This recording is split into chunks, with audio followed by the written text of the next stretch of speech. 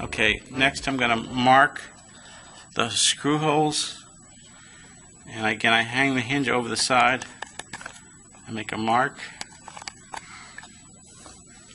and I take a small nail because otherwise the drill bit will wander off.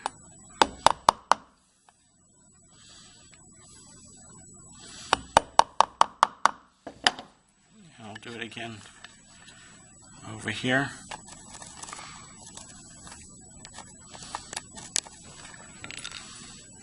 Again, I make a little pilot hole with a nail.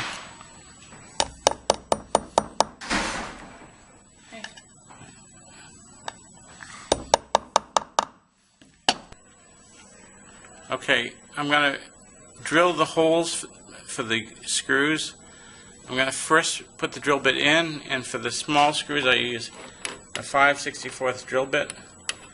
I put it into the drill chuck, tighten it by hand, and then use the chuck key to tighten it. You don't have to kill it particularly. Okay, then I put the box.